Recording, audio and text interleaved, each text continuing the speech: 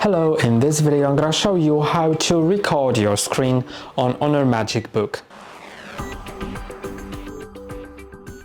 To do it, you need to click on a keyboard shortcut. There are two available, so you can click on either of those. I'm gonna show you both of them. You can click on either Windows, Shift and S, and it'll get to that tool, which I'm gonna explain in a moment. Or you can also click on the print screen button.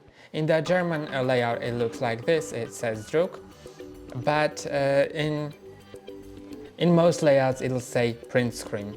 So you can either click on it itself, or if it doesn't open the tool, then first click on the Fn key until the light on it goes off, then click on the print screen, and now it should look sort of like this. Now you can click on the record tool, then select the portion of the screen that you want to record. Then you can enable or disable the microphone. I'm gonna enable it. And you can also enable or disable the system audio.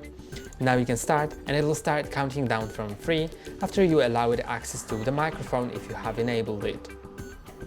Then you can do anything on your screen and record all of that. After that, you can pause the recording, then resume it later, or stop it. I'm gonna stop it. Then it'll automatically be saved to the recordings folder. I'm gonna play it now because it opens in the snipping tool.